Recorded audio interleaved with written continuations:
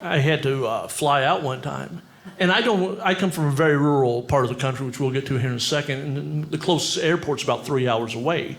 So I didn't want to leave my truck at the airport for like 4 weeks when I was going to be gone. So what I did, I went to a local Army base, and they flew me out to the larger airport. It was one of those really small Cessnas, like those 8-seat planes.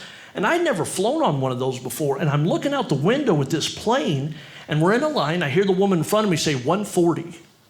I don't know what that means, but now it's my turn. I walk up there, and she said, "Are you flying to St. Louis?" "Yes, I am." She said, "Well, how much do you weigh?" "Why do you need to know how much I weigh?"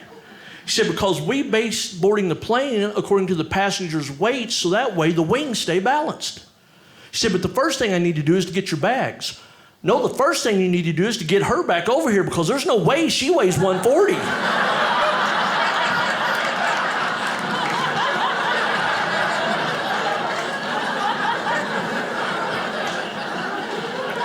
I'm not trying to embarrass anybody here, but I'm not going to wind up a story on the news because this woman doesn't want to admit she slides through Burger King every once in a while. That's not my problem.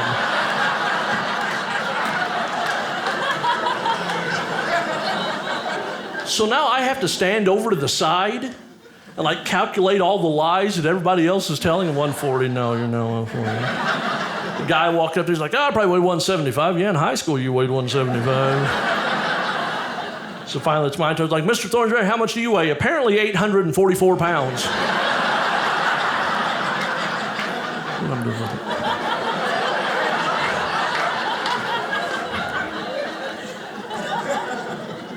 I don't come from a big city like this. I grew up in a trailer park, as by now you've guessed.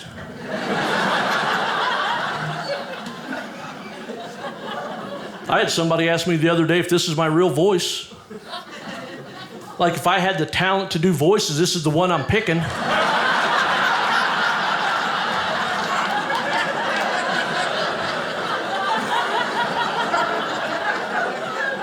He's like, "Man, don't worry about it. Women love guys with accents." No, they don't. They like guys with good accents. And I see the difference because I'm working with a buddy of mine. He's a comic. He's from Australia, and he's got that big, thick Aussie, that English sound. Yeah, and a lot of women find that really sexy, and I have this. And they hear my buddy talks like, "Wow, did you hear that accent? I bet that means he is great with women." And they hear me talk like, "Wow, did you hear that accent? I bet that means he can fix my tractor."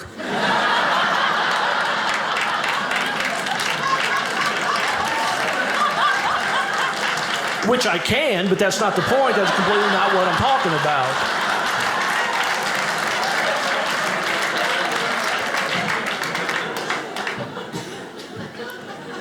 Grew up, still live in a small town in Missouri. It's called Crocker. It's population about 900, give or take. And people are always asking, like, "Man, how can you live in a town that small?" Well, I have advantages you guys don't have. I'll never be the victim of an internet scam. I'm getting set up for my fantasy baseball this year, and an ad pops up for a one-time credit card payment of $99.95. We can send you the links and addresses of 8,000 hot and available women in your town tonight.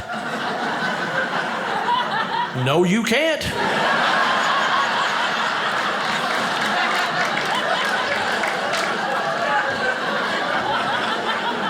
Incorrect. I understand why people make fun of where I come from. I get it. I know a guy that wants to date his cousin. I know that guy. And he's asked my advice. He goes, "Man, what do you think?" No.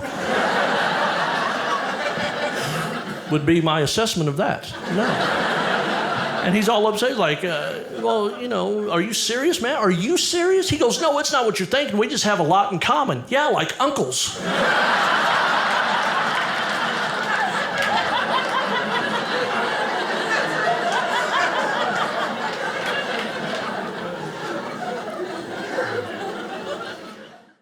Hey, did you know that Dry Bar Comedy has their own app? Download it right now to watch, save, and share clips, and you can watch my whole special.